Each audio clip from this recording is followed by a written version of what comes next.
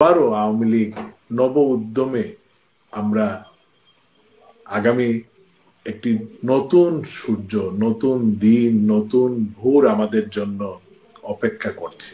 সেটা খুব বেশি দূরে নয়, সেটা কোনো সান্ত্বনার কথা নয়, সেটা কোনো আশার কথা নয়। আক্ষরিকভাবেই সেটা হয়তো 1 মাস পরে হবে, 2 মাস পরে হবে, 3 মাস পরে হবে, কিন্তু সেই সময়টা আমাদের খুব কাছাকাছি চলে এসেছে। আমরা সেই সময়টার দিকে এগিয়ে যাচ্ছি।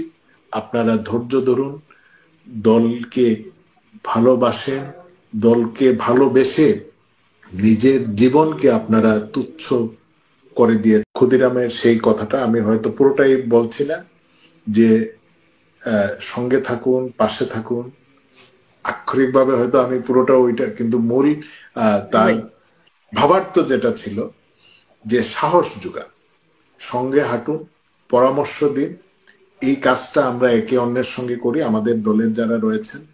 এবং আমরা, সময় আসছে, নীরবতা পরাজয় নয়, পরবর্তী শত্রুর জন্য অ্যাম্বুশ মাত্র, সেই কথাটা যেন আমরা মনে রাখি।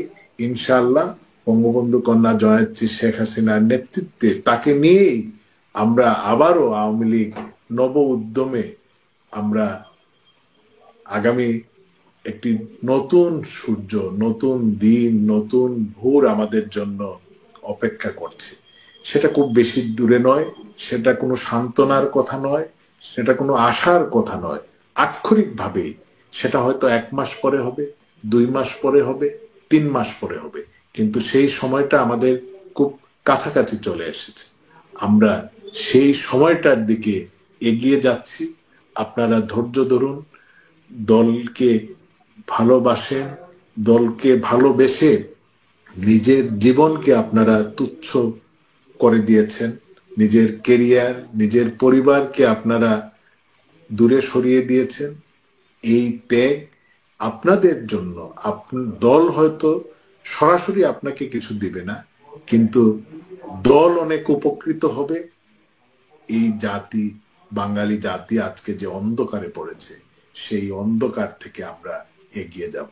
আমাদের দেশের আভ্যন্তরীণ অবস্থা, পারিপার্শ্বিক রাষ্ট্রীয় যন্ত্র এবং বিশ্বের বর্তমান রাজনৈতিক পরিস্থিতি অনেকটাই আমাদের অনুকূলে। ইনশাআল্লাহ আমরা সহসাই ফিরছি।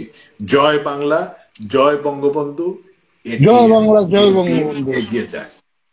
জয় বাংলা, জয় বাংলা ভাই, জয় বাংলা। জয় বাংলা। বাই।